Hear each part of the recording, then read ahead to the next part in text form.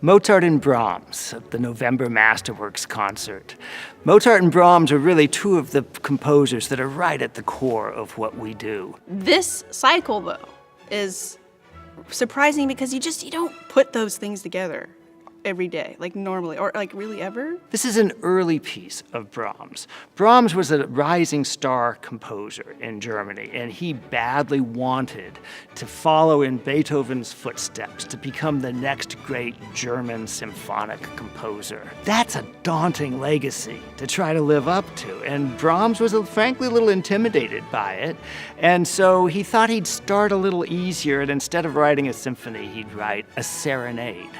Now, what exactly is a serenade? Sort of lighter in character, not quite as ambitious as a symphony. But in reality, Brahms' serenade is like the symphony that's just bursting to get out. So you've got that rich, heavy Brahms, and it's a serenade, so it's not super heavy, but it's got that Brahms sound to it, very romantic. And then you've got classical, like twinkly. You've got light, especially piano concertos.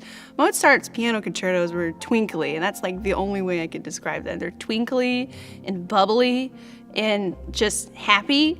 Everything about a Mozart piano concerto just sounds like it's coming off of a stage. You can imagine characters, and here's the soprano entrance, and here's the tenor furious in response. All of that is woven into the interplay of the piano soloist and the orchestra.